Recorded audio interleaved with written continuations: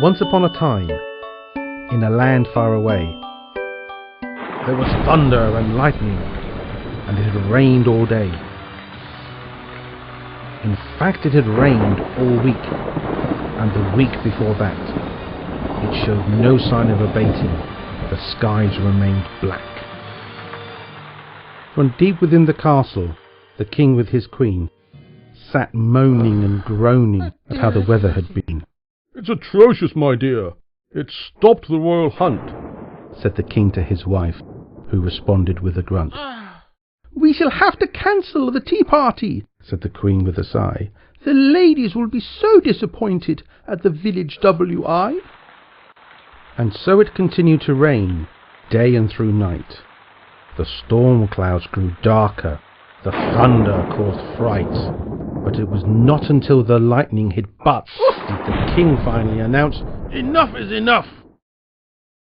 "I call upon my subjects to stop this downpour," he moaned, rubbing his raw behind, which was still very sore.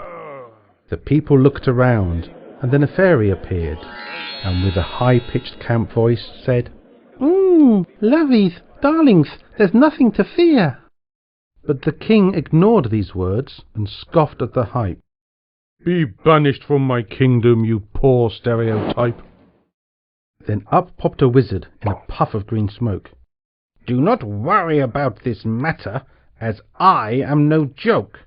But the devious wizard had a sinister plan that involved their virginal daughter, Pam. The allure of untold riches would be his vice. To evil spirits he would make her a sacrifice. Now Pam was a princess of golden curls, eyes bright blue, teeth of pearls, a girl of virtue, a girl so merry, the princes lined up to pop her cherry. "Give me Pam and your kingdom will be dry," said the devious wizard, smiling at his lie. "The sun will come out and shine bright all day.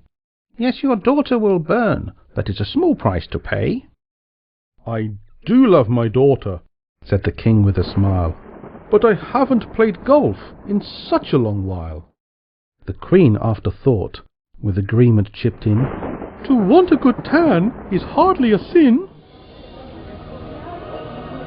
So Princess Pam was led to her fate, her hands tightly bound to a wooden stake. The evil wizard let out a wicked laugh as a spark emerged from his golden staff.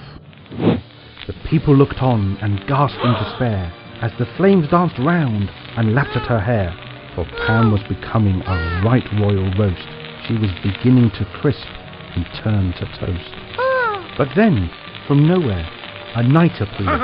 The wizard took off as the crowd loudly cheered. But seeing the flames, our hero took fright and scampered off, which was quite a sight. It seemed that all was lost and Pam would sizzle, but with a whoosh, kazam, and a little fizzle, the camp little fairy that was so rudely sent away reappeared in stardust to promptly save the day. He put out the flames with a wink of his eye and waved his wand towards the sky. "Be gone, nasty rain clouds, you're ruining my style. Anoraks are so dated, and Wellingtons so vile." And so the clouds scattered and melted away.